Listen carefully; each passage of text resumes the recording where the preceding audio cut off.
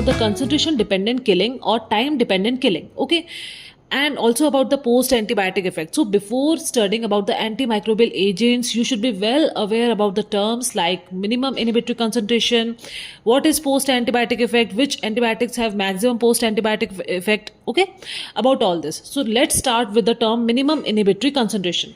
So it is the lowest concentration of an antimicrobial agent that prevents visible growth of a microorganism after overnight incubation.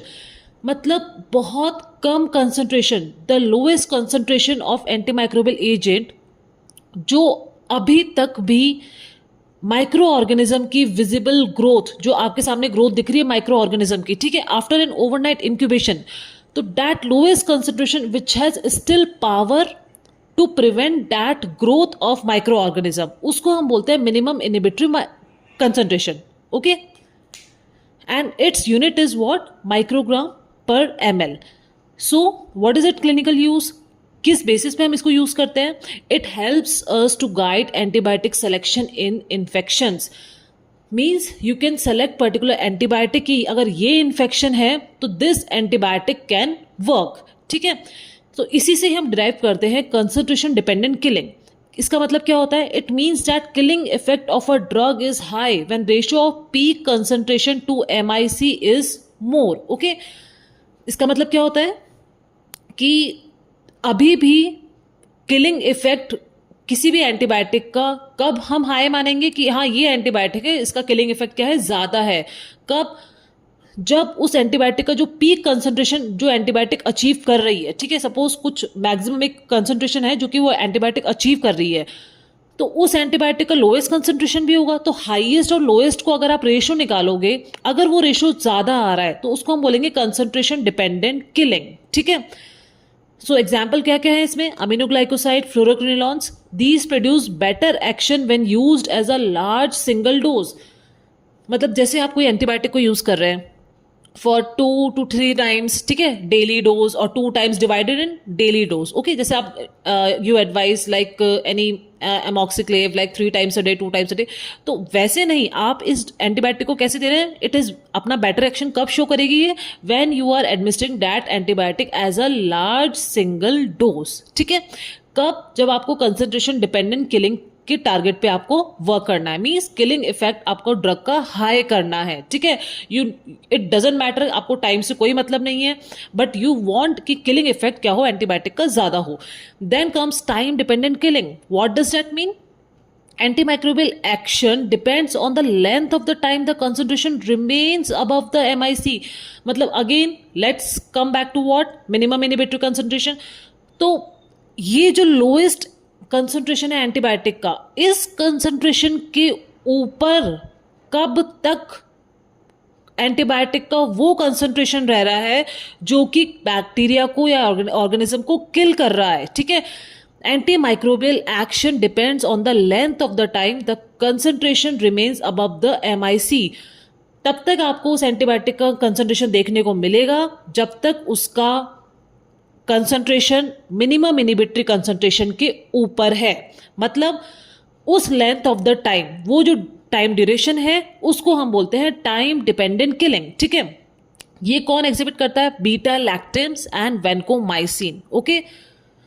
Then इसका क्या होता है? जैसे आप इसको एक बेटर एक्शन कब हो रहा था? जब लार्ज सिंगल डोज दे रहे थे, कब वो क्या हो रहा था? Concentration dependent killing, okay. This can come as pre PG MCQ, please remember it. और टाइम डिपेंडेंट किलिंग में आपको क्या होता है? You can give at multiple daily doses are preferred over single dose, ठीक है. See macrolides and clindamycin also exhibit time dependent killing. But क्या है, ये एंटीबायोटिक क्या होती है? बैक्टीरियोस्टैटिक है, मतलब ये ग्रोथ को सप्रेस कर रही है. बैक्टीरिसाइडल क्या होता है? किल करना, ठीक है. हमें क्या करना है? किलिंग इफेक्ट अचीव करना है. तो that's why time dependent killing in relation to what macrolides और clindamycin is not well appropriate. Next coming to post antibiotic effect. इसका मतलब क्या हुआ? Suppose this is the organism and this is the antibiotic. आपने कोई antibiotic किसी organism को किल करने के लिए एडमिनिस्टर करी पेशेंट में, तो क्या होगा? ग्रोथ स्टॉप हो जाएगी, ठीक है. अब ग्रोथ स्टॉप होने के बाद सपोज ये ऑर्गेनिज्म अब now it is present in antibiotic free medium. आपने उस पेशेंट की एंटीबायोटिक स्टॉप कर दी, तो अब ये ऑर्गेनिज्म क्या है? एंटीबायोटिक फ्री मीडियम में प्रेजेंट है. बट क्या होगा आफ्टर अ लैग पीरियड, मतलब कुछ टाइम के बाद वापस से इस ऑर्गेनिज्म की क्या होगी, ग्रोथ रिज्यूम कर जाएगी, ठीक है. So, inhibitory effect of antibiotic is present even when the concentration is below MIC. देखो अभी तक हम बात कर रहे थे MIC के अबव कंसंट्रेशन का मतलब क्या होता है, ठीक है. अब अगर हम बात कर रहे हैं अगर कंसंट्रेशन बिलो MIC है, ठीक है, किसी भी एंटीबायोटिक की, तो तब तक भी एंटीबायोटिक का इनहिबिटरी कंसंट्रेशन, इनहिबिटरी इफेक्ट क्या है, रहता है. यहां पर क्या है, ऑर्गेनिज्म एंटीबायोटिक फ्री मीडियम में है, तो कुछ टाइम पीरियड के बाद ग्रोथ रिज्यूम हुई है. तो कुछ टाइम पीरियड के बाद ग्रोथ रिज्यूम होने का मतलब क्या है कि मतलब अभी भी इस एंटीबायोटिक का इफेक्ट कहीं ना कहीं इस ऑर्गेनिज्म पे शो हो रहा था. इसी को हम क्या बोलते हैं, पोस्ट एंटीबायोटिक इफेक्ट. मतलब एंटीबायोटिक स्टॉप करने के बाद भी ऑर्गेनिज्म की ग्रोथ इनहिबिट थी. वो किस वजह से थी, क्योंकि because of post antibiotic effect. Okay, even when the concentration is below MIC.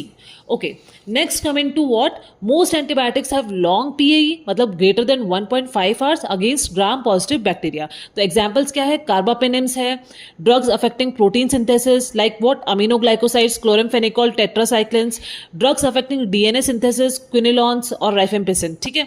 These have long PAE against gram negative bacteria also, ठीक है. अब यहाँ बहुत इंपॉर्टेंट बात जानने की है. देखो ये एंटीबायोटिक किस कैटेगरी में कौन सी है, ये जब हम particular antibiotic one by one discuss करेंगे तब I will tell you the mnemonics about this. Okay, so one important thing to note here is that rifampicin prolongs the post antibiotic effect of isoniazid.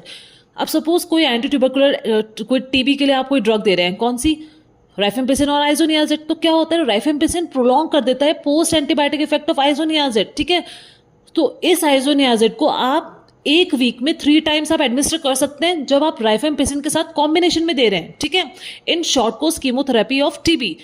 But अगर आप single drugs they रहे हैं, single antibiotics दे रहे हैं treatment के लिए, तब आपको इन मेडिसिन को डेली, आइसोनियाजिड को डेली एडमिनिस्टर करना है, ठीक है. थ्राइस वीकली कब है, जब you are giving it in combination. Okay, so now coming to the very important thing, factors affecting the choice of an antimicrobial agent, ठीक है. सबसे पहला क्या है, एज. देखो in newborn baby chloramphenicol is not advised. Why, because it causes grey baby syndrome. Also sulphonamides क्या करते हैं, कर्निक्ट्रेस और you can say jaundice. Then in children less than 6 years tetracyclines are not advised. These are contraindicated. क्यों, क्योंकि these get deposited in the developing teeth और bones. Okay, उनके matrix में जाके ये ड्रग क्या होती है, डिपॉजिट हो जाती है. देन एल्डरली में क्या है, aminoglycosides are contraindicated. Why, because their half life is prolonged, ठीक है, in elderly. Then pregnancy की अगर हम बात करें तो pregnancy में penicillin, cephalosporin, मतलब most cephalosporins and macrolides, these are the safe drug. You can remember it as pregnancy में कौन सी drug safe है, PCM, penicillin, cephalosporin and macrolides. Then coming to the impaired host defenses, bactericidal drugs are must in immunocompromised patient. मतलब bactericidal मतलब जो bacteria को किल कर रही है drug, these are must in immunocompromised patients. Then next factor is what, renal function. So drugs which are contraindicated are what, nitrofurantoin, nalidixic acid, ठीक है. आपको डोज रिड्यूस करनी होगी, ठीक है, और जिसमें आपको डोज रिड्यूस करनी है वो कौन सी ड्रग है, इथैम्ब्यूटॉल. ओके, कॉन्ट्राइंडिकेटेड तो कौन सी है, नाइट्रोफ्यूरेंटोइन और नेलिडिक्सिक एसिड. एक तो होता है बिल्कुल ही कॉन्ट्राइंडिकेटेड है, एक है आप डोज रिड्यूस करके आपको उसको पेशेंट को एडमिनिस्टर करना है, वो कौन सी है, ethambutol which is anti tubercular drug. Then we have liver function, जिसके ऊपर फैक्टर पे डिपेंड करता है, वो उसमें क्या है, कॉन्ट्राइंडिकेटेड है पायरेसिनामाइड और टेट्रासाइक्लिन. अगर लिवर इम्पेयरमेंट है किसी को तो these drugs are not advised. Okay, and dose reduce करके you can use rifampicin and isoniazid. Okay, then secreted in bile. देखो अगर कोई ड्रग बाइल में सिक्रेट हो रही है तो मतलब वो फीसिस में एक्सक्रीट हो रही है, तो इस केस में क्या है, it is not required that dose should be reduced in renal failure, ठीक है, like ethambutol. Then we have genetic factors, मतलब अगर G6PD ग्लूकोज 6 फॉस्फेट डिहाइड्रोजनेज अगर डेफिशिएंट है कोई पेशेंट, ठीक है, in that patients hemolysis can occur with what administration of what, primaquine, chloroquine and quinine. Okay, thank you for watching. Like, share and subscribe.